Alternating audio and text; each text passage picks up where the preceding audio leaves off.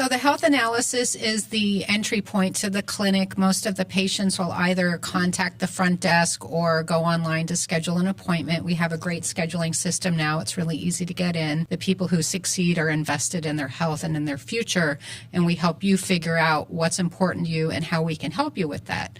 The health analysis will go over what the program generally looks like, some of the reference ranges or ideas about optimal versus average health. And we know average health in America is what, number 60 in the world, Dr. Mixon? Yes. Wow. And there's 30 developed countries, and then we're going to undeveloped countries, and we're getting to the bottom of that list.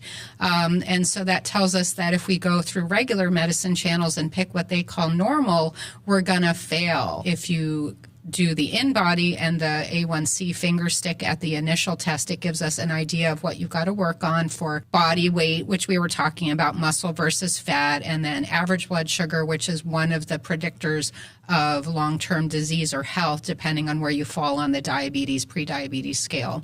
Our patients that decide to move forward do the 595 blood panel, which is a comprehensive screening for hormones, thyroid, cholesterol, insulin, IGF-1, which measures the growth hormone Dr. Mixon was just talking about, vitamins D and B12, and cholesterol, and then some basic kidney liver function and red and white blood cells. Some of our patients have fatigue because they have anemia.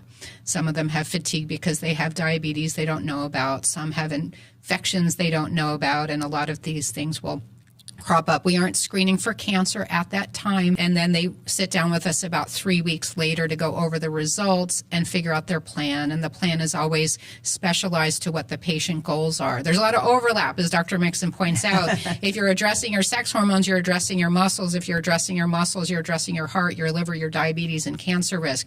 If you're strong enough to exercise, you'll reduce your risk for Alzheimer's.